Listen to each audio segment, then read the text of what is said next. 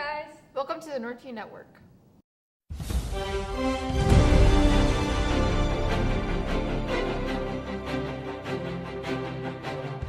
The city of Montreal is dumping 2 billion gallons of raw sewage onto St. Lawrence River over the next several days, an action the mayor says is necessary to make repairs and improvements to the city's wastewater system. Mayor Dennis Coderre said he understands that the discharge is not a popular move. If we had other options, we would have taken them, but we had no other option, he said at a news conference Tuesday, hours before the work began.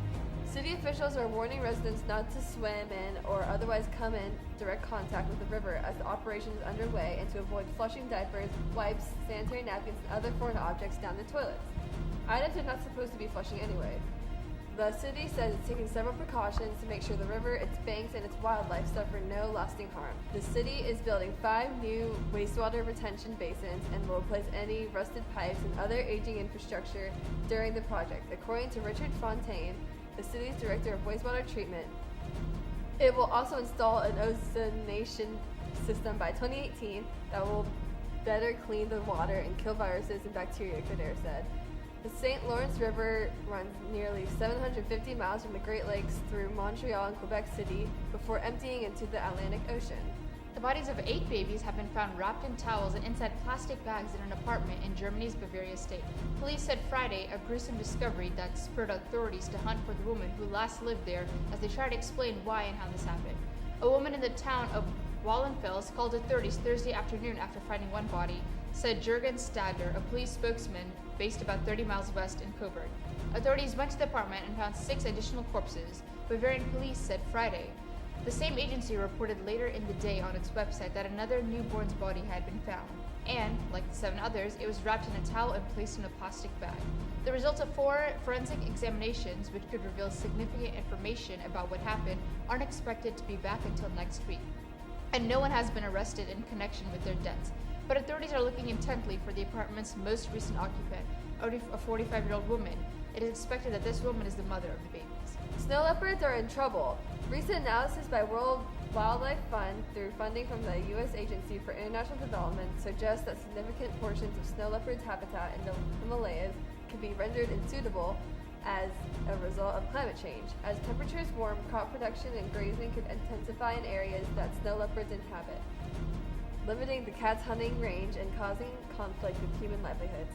Warming temperatures are also expected to shift the existing tree line higher up in the mountain slopes, altering significant areas of snow leopard habitat.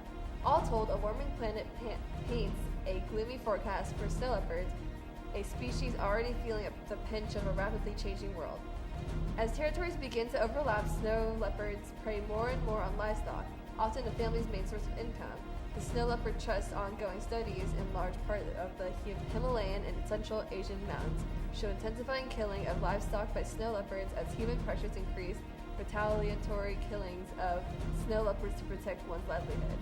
Adding to these killings of snow leopards for the illegal wildlife trade, further chipping away at their overall population, as of today there may be as few as 4,000 snow leopards remaining and perhaps fewer than 2,500 breeding adults, and this number is falling. The governments of 12 countries where snow leopards live are already working together to further conservation of the big cat. United toward this common goal, these countries can better enforce laws against illegal wildlife trade, cooperate to manage transboundary resources such as water for the well-being of the entire region, and to protect existing snow leopard habitat with strong conservation policies. On Wednesday, a billionaire, Joseph Lau, bought world's most expensive diamond for his 7-year-old daughter. The Blue Moon diamond sold for a whopping $48.4 million, making it the world's most expensive diamond. According to the auctioneer David Bennett, it is the highest price per carat ever obtained for any kind of stone. Lau has a track record for naming gems after his daughter, 7-year-old Josephine and 13-year-old Zoe. Back in 2009, Lau purchased a 7.03 carat blue diamond for $9.48 million. He named it the Star of Josephine. Last November, he purchased a 9.75 carat blue diamond for $32.6 million, calling it the Zoe diamond, as well as a Burmese ruby and diamond brooch weighing 10.10 carats for $8.43 million, naming it the Zoe Red. Lau is a prolific collector of art and wine and has a penchant for extravagant gestures. He's the owner of a $17.4 million Andy Warhol portrait of Mao Zedong. He also built Hong Kong's tallest retail complex and named it The One, reportedly after an ex-girlfriend. According to Forbes, Lau is the 114th richest person in the world with an estimated net worth of $9.8 billion. A cop pulls over a Google self-driving car, finds no driving ticket. The car wasn't speeding. On the contrary, it was driving too slowly, 24 miles per hour in a 25 mile per hour zone, according to the Mountain View Police Department, with traffic apparently backing up behind it. As the officer approached the slow-moving car, he realized it was a Google autonomous vehicle. A police department post said, which is to say that no one was driving the car. There was, however, a passenger, so the officer asked the passenger how the car was choosing speeds along certain roadways. In the end, the officer determined the car had broken no law, no harm, no foul, and no ticket was issued. Not because there was no driver to whom to issue it, but because the car had committed no violation. A search is underway in the waters off Cuba after a woman went overboard during a cruise ship dance party. The U.S. Coast Guard says the unidentified woman was reported missing Thursday night by the crew of the Norwegian Pearl. The Coast Guard says it was told the woman fell from the deck of the ship, 22 miles off the coast of Cuba. The cruise ship company said it wasn't an accident. A female guest was observed intentionally going overboard while the ship was sailing in the Yucatan Channel. The cruise line says it deployed 3 rescue boats and notified the Coast Guard. The Coast Guard sent a cutter and an airplane to assist in the search, which was made more difficult by rain and darkness.